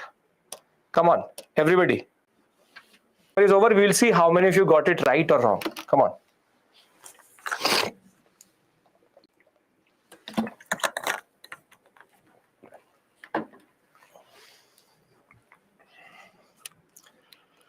Perfect. Great. 73% of you got it right, which is the fourth option. See, ba, tour. This has to be in the end. There are two options in the end. Now, ba, ja. So 1, 3 options are there. So these two have to be the answer, either B or C. Then ba, ja, faramu. So Farrukhsiyar 4, then 3, and then 1. And now you're getting the purpose of this discussion. What is given as the detail is a separate issue altogether. But now in the examination, will you ever leave this question? Very simply, I made this ba, ja, faramu, al, sha, ak, ba, tu. Now, I didn't need to see anything except for this first two. So, Bahadur Shah 2 is in the end because it's the last. So, we need to see 2. Then, Jafaramu. This is Jahandar Shah, then Farrukhsiyar, then Muhammad Shah Rangila, and then make sense? Make sense? Can I now just tell you about them a little bit? Great. So remember this, if you can make a better one, be my guest, and I would like you to email me the better one. If not, you keep it as a trade secret for yourself. Basic point is UPSC I can vouch for this, Diksha, UPSC has never and will never care about dates. History is much more than dates. So please understand this very, very clearly. UPSC will not say, give me the date of Bahadur Shah's rule. They will ask you chronological questions. And this is why I will tell you, most of modern India, I will not teach you through what we call as the dates. I will teach you through sequences. And that ways, you will never be needed to learn too many dates. Basic dates, obviously, you need to check. I need to know. But this is called smart study. This is called smart study. UPSC is cleared not by hard work, but smart hard work. So my thing is, if there is anybody in class who says and claims that I can learn 10 ruler sequence of dates, take a gold medal from me. If you can remember it after 10 days. But I don't think anybody is that firstly, you're not a robot, and more than that, you are not going to waste your time, I hope, with regards to this. Stop thinking about dates. I will give you a sequence of dates. You will remember that, and it is my responsibility to teach you dates if it matters. You obviously need to know that when is August offer coming, when is Scripps mission coming. In this part of the story, only what matters to you is basic sequences, right? Right. Can we discuss the basics of these people? We can? Great. So, Bahadur Shah, he is the eldest son of Aurangzeb. 63-year-old man comes in a crisis, more or less useless. Now, his own noble, Zulfikar Khan, will technically betray him and appoint another ruler called Jahandar Shah. Now, you tell me, in an economic crisis, Does this concept make sense? Jahandar Shah abolished jizya. Jizya is a tax which is paid by non-Muslim population to a Muslim ruler for their rule itself. It's a religious-based tax. India is close to 90% non-Muslim. So if you have a crisis, would you remove the jizya or jizya? No. And this is why these rulers don't know how to arrest the crisis itself. But they just wanted to appease because their forefather had already done a major mistake of, see, Aurangzeb also brings back jizya, but then he is removing it. Aurangzeb brought back jizya because he wanted more revenue to come into the empire. But he didn't understand the logic and he just removed it. So two rulers, Baja. Now, please, for the purpose of the examination and for the purpose of this discussion, do not forget this person's name. Farrukh Siyar. Farrukh Siyar is the one who gave one of the biggest farmans or biggest orders, farman is nothing but order, to the British, which led to the establishment of British rule in India. So, Jahandar Shah will come to power with the help of two power makers or two nobles. Nobles are nothing but council of ministers. Abdullah Khan and Hussein Ali, called together the Sayyid brothers. And he will become the emperor with the help of nobles. You see, imagine it's that type of an situation that the ministers are appointing the prime minister. So it shows you the level of incompetence of the minister, of the king itself or the emperor itself. He followed a religious policy which was tolerant, again abolishing jizya again. But his role in our story of what we call, not Golden Farman is Golconda ruler. That's a separate issue altogether. Golden Farman is much before than this. 1717, if in the next class, I will say Farrukh Siyar, you will be able to identify who he is. If you can, that the purpose of this discussion is done. Great. So you will be able to identify there's a person called Farrukh Siyar. Farrukh Siyar is a weak, late Mughal ruler. Now, Rafiuddin, the biggest accomplishment was shortest period of rule, February to June. By the time we finished modern India, his rule was over. That is the level of control he actually had. Muhammad Shah, he is known for his very, very, very lavish lifestyle in an economic crisis. That is why it's called Muhammad Shah Rangila. His luxurious lifestyle obviously was not helping. He will also come via the help of his nobles, same Sayyid brothers. They thought Farrukh Siyar is useless, so they installed someone else, kingmakers. His real name is Roshan Akhtar, but he takes the name Muhammad Shah Rangila. His most competent thing, whatever you want to call him, or his most famous thing is, it is under him that Nadir Shah comes to India and he defeats, or rather Nadir Shah defeats Rangila at Karnal, at the Battle of Karnal, and thereafter rampages through Delhi and loots it. So he tried to protect, but this Rangila did not have the power to stop Nadir Shah, much more powerful, much more ruthless. So Baja, Faramu, clear. Real name of ruler, no one cares. You will realize that there is much more to modern India than this, but this is all the part of establishment of British Raj. We can't skip it. Is this clear? Can I move on? Muhammad Shah Rangila, nothing but installed by the same Sayyid brothers. Rangila for his lifestyle. Nadir Shah comes under his rule. So in the examination, if it says Nadir Shah and it says in front of him Farrukh Siyar, is it correctly matched or not? I'll tell you, Preetham, what is pilgrimage tax. It is not correctly matched because Nadir Shah came during the rule of Muhammad Shah Rangila. So I'm again simulating the context in which the UPSC is going to ask this question. Though fortunately, and I hope that is going to be the case, UPSC is not asked any question from this area only. They have not bothered because there is too much to ask from modern India to ask this in the examination.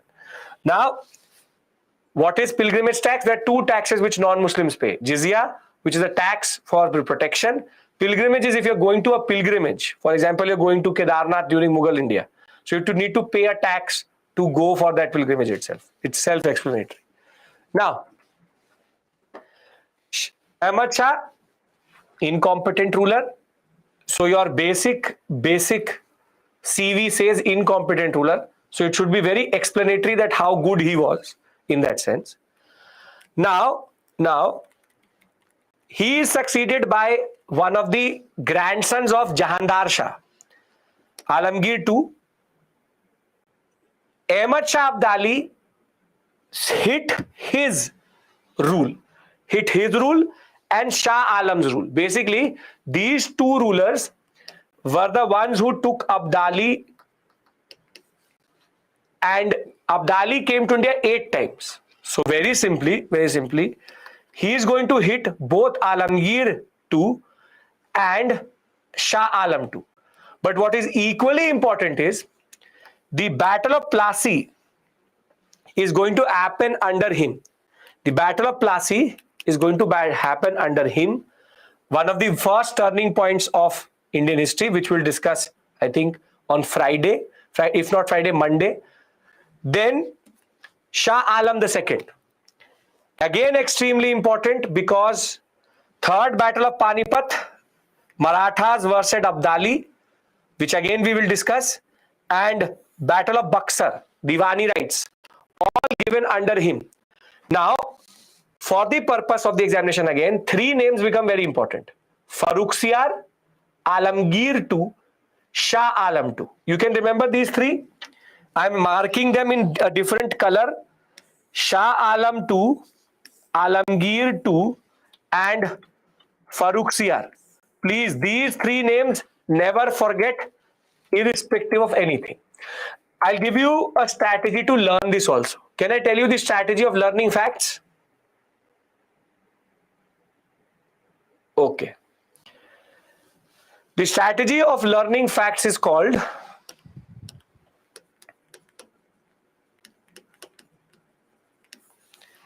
It's called 15 minutes rule. It's called, class will end at 8:30. It's called 15 minutes rule. What is 15 minutes rule? 15 minutes rule is every morning 15 minutes and every evening 15 minutes. Tomorrow what you are going to do is, you are going to learn in the morning Baja Farmu, Ahalshah Akbatu, Shah Alam, Alamgir and Jahanda and Farrukhsiyar. Learn it for 15 minutes. Take a bite size. Don't try to gobble up too much. There's a very important concept. History is like a pizza. Do you eat a pizza, just fold it and put it in your throat? No, you don't. You divide the pizza into pieces and you eat it via piece by piece. Same way, divide the given data into bite-sized pieces which you can manage. Somebody can manage 10, somebody can manage 5, doesn't matter. So in the morning 15 minutes, learn this acronym, learn these 3 names. Now whole day, whatever you're doing, chilling, studying, working, whatever you're doing, from time to time try to recall these facts. And in the night, you should be able to remember these facts. If not, then you revise again and make sure that once you come out of this process, those 4 facts are in your mind and you will repeat this process. Drought, thunder, cyclone, earthquake, anything. You will repeat this irrespective of anything. Initially, it will take you maybe, for example, 30 days to do a certain number of facts. But as you will go on, the time will start to reduce. And you have 365 days. I believe that if a student actually in a disciplined religious way does 15 minutes rule, after 300 days, he has the capacity to stand here than being there. So is this concept making sense? 15 minutes rule. It is only for facts. Learning facts needs repetition, constant repetition. So whatever I'm saying and marking is very important. Learn it, keep it with you. Okay, perfect. So last two rulers, Akbar II, he gave the title Raja to Raja Ram Mohan Roy. We will discuss him in Social Reform Movement. And he also was the one who stopped the Mughal emperor's coins, meaning the coins on which Mughal emperor's name used to be there. And this old man, 80-year-old man, we will discuss in lot of detail, Bahadur Shah Zafar. When we discuss, yes, India, any day. We will discuss very simply in 1857, Bahadur Shah Zafar, last Mughal emperor, the last Mughal ruler. 15 minutes rule, nothing but learn certain facts in the morning 15 minutes, try to revise them and remember them in the last 15 minutes before you sleep. Repeat this process every day. Okay? Now, is this clear? Basic story clear?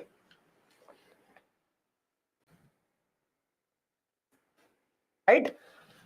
Now, for the curious people who believe that I've either not given you all the data or there is more to the story, this is the family tree of the Mughals in India. This is the family tree of the Mughals in India. Now, Babur, Humayun, Akbar, Jahangir, Shah Jahan, Aurangzeb, the whole world knows. But now you should be able to identify Bahadur Shah, Jahandar Shah, then Farrukhsiyar, then Refuddin, then Shah Alam II, rather Shah Alam, Muhammad Shah Rangila, Ahmad Shah Alamgir, Shah Akbar, Bahadur Shah. See, this you do not learn, obviously do not learn. But I've given it for you to get a snapshot of what we've done till this point. Very simply, my casting is complete. First casting is complete, which is that now when I say Farrukhsiyar, Alamgir II and Shah Alam, it should not sound to you as something new. I hope that is the case here, everyone.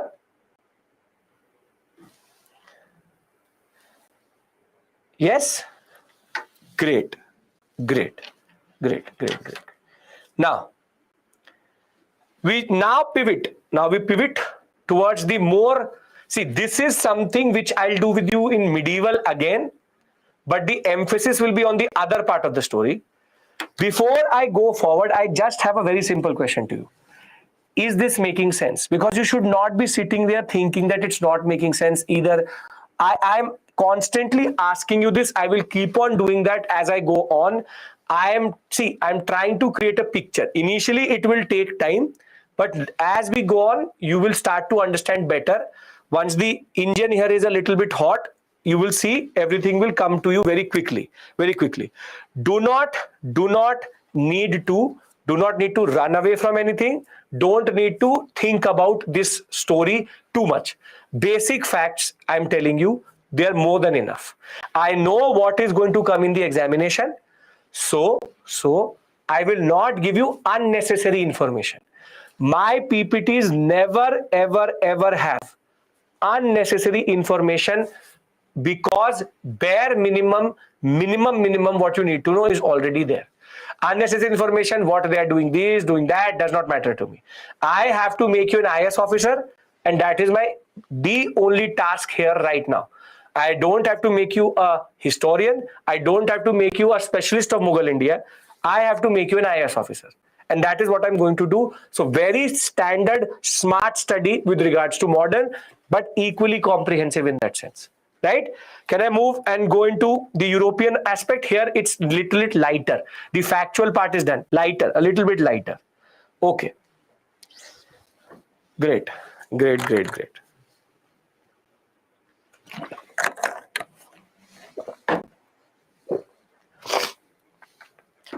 SMEs, please take Shalu's question.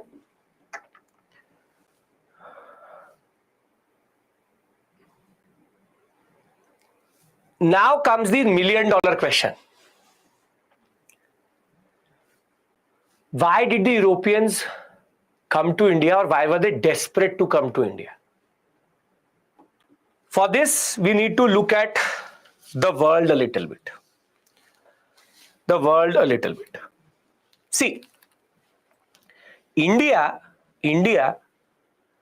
was connected to the world via what we call as a land route.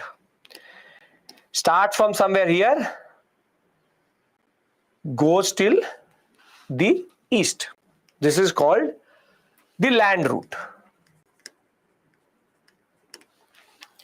So you start from, for example, Amritsar, you go till Multan, Lahore, Afghanistan, Iraq, Iran. Thereafter, you go to the Caspian Sea sector. Then you reach the west. But why was the West so obsessed with the Indian sector? It was obsessed for 3 very important commodities. What are these 3 important commodities? Very good. Pepper, cloth, silk, or cotton. Tea, not right now. Tea is a very British thing. The most important commodity here is pepper, which is called black gold. Black gold. What is the purpose of pepper?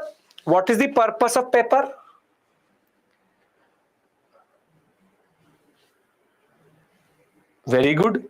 Pranay, very good. Sneha, very good. Everybody, great. Vishal, Bhanu, Prabhu, very good. Which is that pepper is a very good preservative. If you keep meat in cold, it will start to rotten up. So rather you sprinkle a little bit of pepper and it will technically preserve the meat for longer. They needed pepper like anything. Would die for pepper. Would literally die for pepper.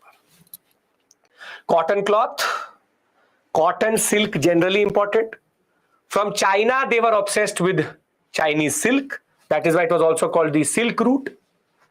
So Indian sectors used to meet the Silk Route and then it used to go to Europe. Muslin, as we call, yes, calico, muslin, we'll discuss that. But what happens is that in 1400, the land route becomes problematic for the Europeans. And the reason for that is whom? Very good, Yashovarman, very good. The reason, Anuj, great. The reason for that is 3 empires will emerge, but specifically one major empire will block the route. And that empire, as all of you have already pointed out to me, are the Ottomans. See, between 1400 to 1550, 3 empires rose in the world. In India, who rose by 1550? The Mughals, very good. So the Mughals are here. Iran goes to another very interesting empire, and this empire was called, and you would have again heard of them, they are called the Safavids. Safavids are Iranian rulers, Muslims, but Iranian. But the biggest problem for the Europeans was not these 2, but rather the rise of an empire which encompassed 3 different continents itself.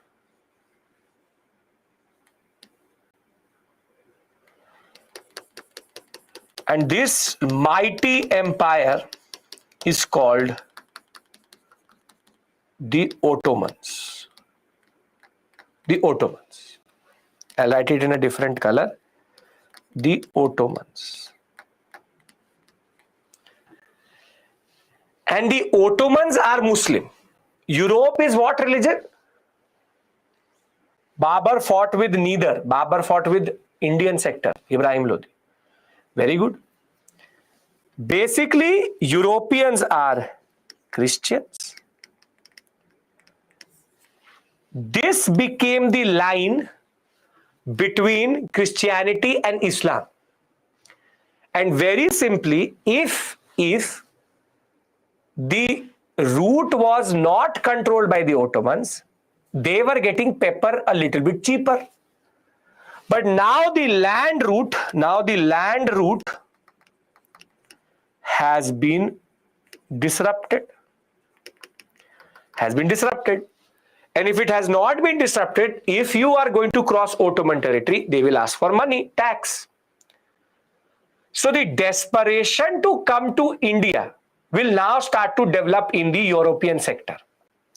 They are buying very, very expensive pepper from the Ottomans, and the land route is not possible. And as it is, Christians, you will most probably get slaughtered either in the Ottoman Empire or in the Safavid Empire. So why were they actually looking for a sea route? Because the land route got disrupted. Is this point clear? Is this clear? Clear. Great. So this route is not possible. Very simply, the Ottomans, the Safavids have blocked the land route either this way or this way. You can't use this without getting either killed or getting very expensive pepper. So now they need to find a way to reach this coast, which is the western coast. This route is not available. Land route not possible. So therefore, what is left is what? If land route is not possible and you need to reach the west coast, what is left? Very good. The sea. Technically, two oceans, Atlantic and the Indian Ocean. But there's a problem. The problem is there's a very big continent in between Europe and India, which is Africa.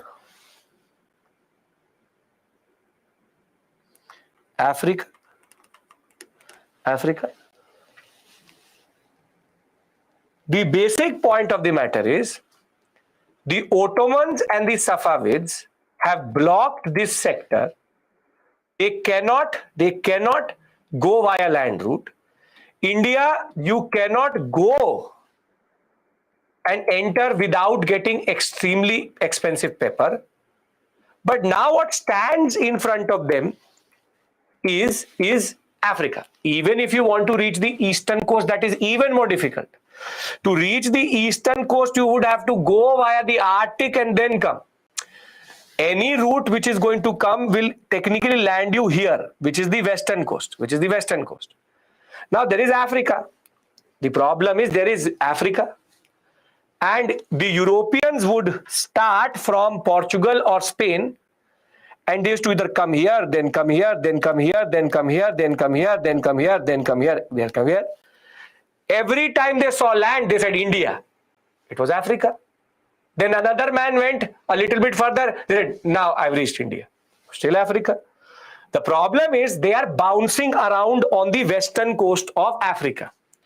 They don't know the route. and in the Atlantic Ocean with no modern GPS. If I tell you to travel from here to somewhere else without a GPS, Google Maps, you will get lost. Now they are trying to find their way from Europe to India via Africa. So imagine every man taking a ship, then reaching land saying India. What they see is Africa. The problem is Africa is too big a continent. So between 1400 and 1490, for 90 years, they make one after the other a lot of attempts. But finally, what happens is, in 1488,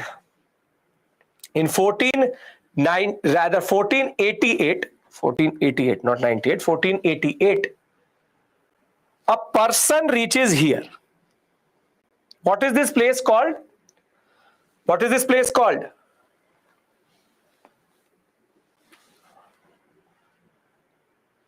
Not Kerala, come on. Not in Africa. Cape of Good Hope. The person who reached this place is called a person called Bartholomew Diaz. We'll call him Diaz. Diaz was a Portuguese sailor, and he finally was able to reach the tip of Africa. He named it Cape of Storms, but later it was called Good Hope because this cape gave hope to the Portuguese to find a route to India. That is why Cape of Good Hope. Now the point here is very simple. He has reached from Portugal somewhere here, and there was a very important ruler. His name is Henry the Navigator, very obsessed with navigation. Diaz reaches here, but the point is you are still at the crossover between Atlantic and Indian Ocean. So based on the map which was given based on the map which was written by Bartholomew Diaz, one person called, who was he called? Vasco da Gama will now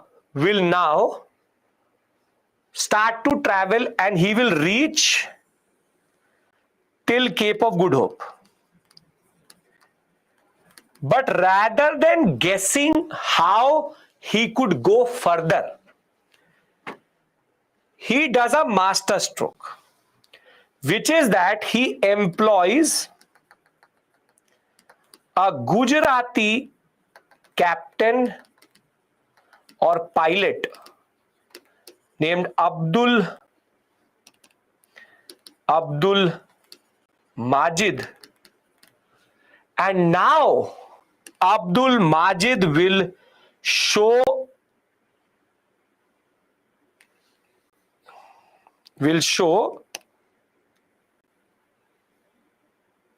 the route to Calicut, which is on the western coast itself. So it is in 1498 that Vasco da Gama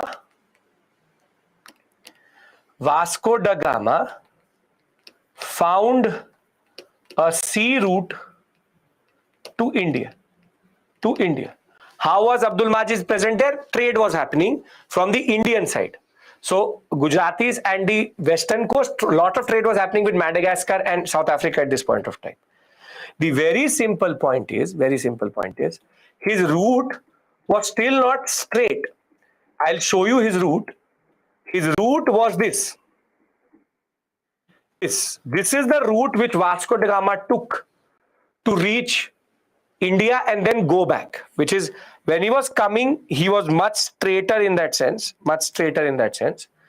But whilst going back, he was lost in the Arabian Sea, but was able to still find a way to reach the Somalian coast and then hug the coast to go over Africa. This is a very significant moment in Indian history, and more than that, in European history, because finally they had a route to cross over from Europe to India via sea route. Make sense, everybody? This discussion with regards to why is Bartholomew Diaz so important. See, it says here, Diaz in 1488 originally named the Cape of Storms to Cape of Good Hope.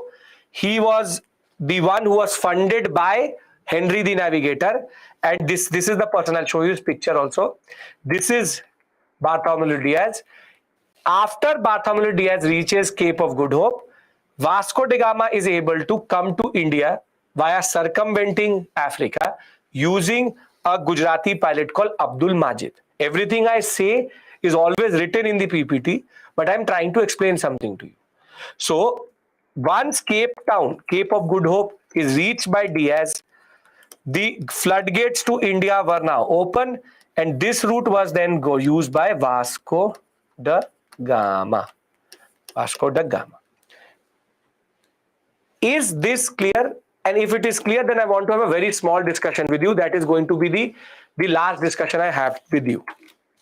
Because I have to conceptually make you something clear, which is the concept of colonization and imperialism. Because this is the story of colonization. Okay. Now, everybody is with me. Do you understand the importance? Why they need to come via sea? They can't travel because of the land route being there, blocked, and thereafter they come to India by circumventing. Now, we'll technically do the Portuguese tomorrow. Portuguese, Dutch, English, French, all tomorrow. Little bit. Don't have to worry with regards to that. Now, there are two words here: colonization and imperialism. A lot of students think they're the same. They're the same. This is a very small discussion, 2 minutes discussion. A lot of you think, or a lot of the students think they are the same, but they're technically not the same. Imperialism is like stage one.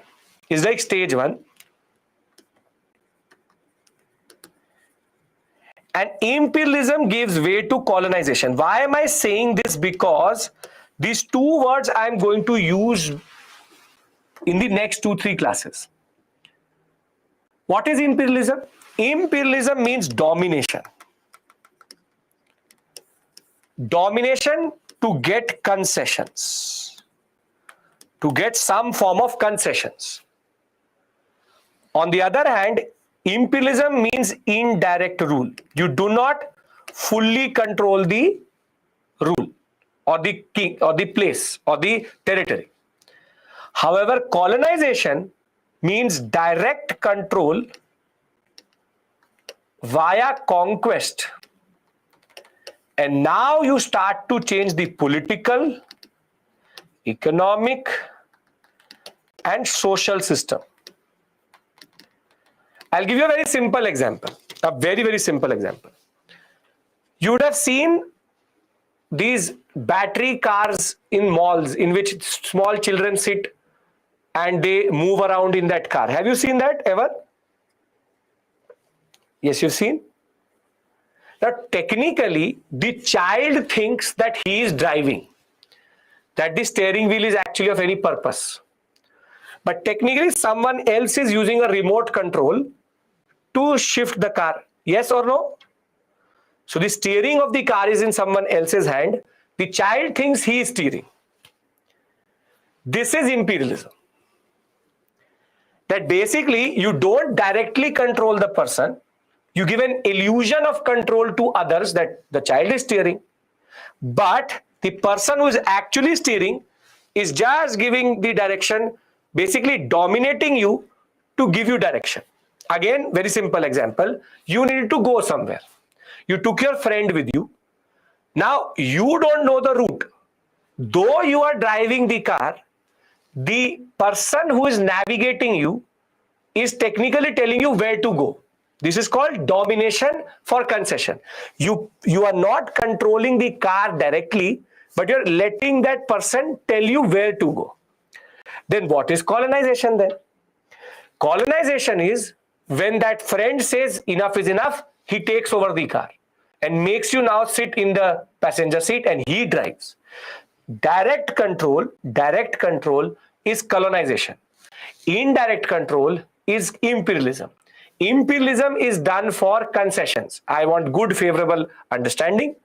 Colonization is done when you take control and change the whole political system. Make sense? Very good. Now, similarly,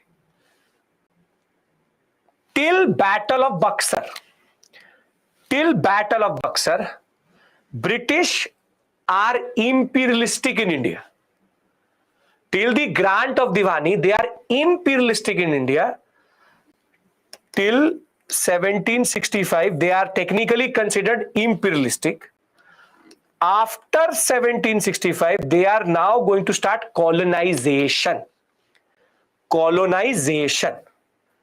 So now, when somebody says to you, we were colonized, do you understand the connotation of that word? Yes? Great.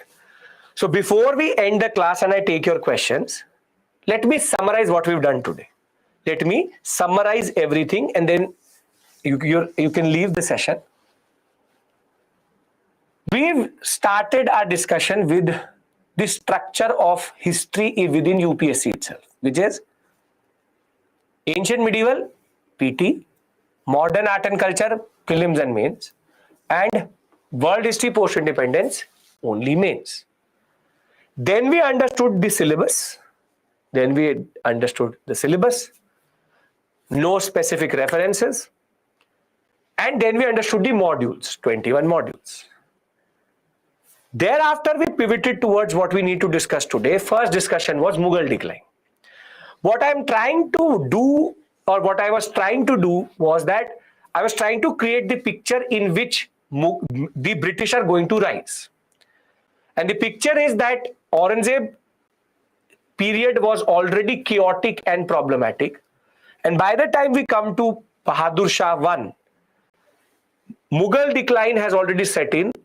Jagirdari crisis, economic crisis, the agrarian distress, the invaders, all will compound to the issue and create a problem for our whole acronym Baja Farmu Ahalsha Akbar II, which is that all of these rulers will never be able to destabilize India because they will constantly be technically be pushed or technically be getting impetus or negative impetus in the form of either invaders or the agrarian crisis which they were never able to control.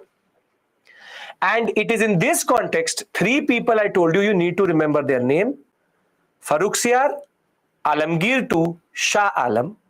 And thereafter, at the same point of time, you also need to remember the fact that Farrukhsiyar is very important in the story because he gives a very important order farman to the British. Alamgir II and Shah Alam II are linked to the process of Buxar and the Battle of Plassey. And in the end, what we did was what? We did the concept of why were the Europeans obsessed to come to India. And tomorrow when we resume back at 5 p.m, we will talk about the implications of Vasco da Gama coming to India, and I'll give you a whole story of the Portuguese, the Dutch, the English and the French along with the Danish. I'll work with timelines and I'll give you a very basic picture of their establishment.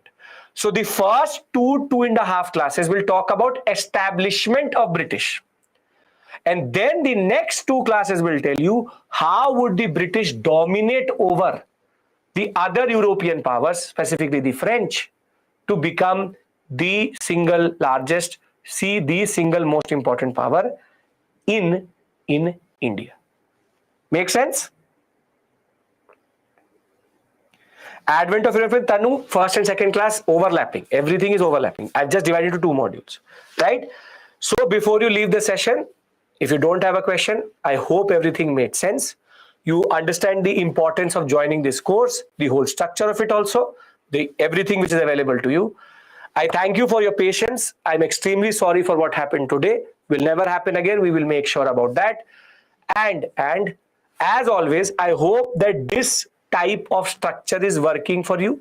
Giving explanation first, basic picture first, details later, and then summarization in the end. If it is, then very simply, we'll go forward with it. I lost 30 minutes, whatever be the case, that will make up. That is not an issue. It's a very long journey you need to have with me the whole of February. So don't worry in that sense. I just want you one last thing. If it made sense, just give me a thumbs up so that I can get the satisfaction of knowing that whatever we did today was good, right? Perfect. Thank you. I will see you tomorrow, same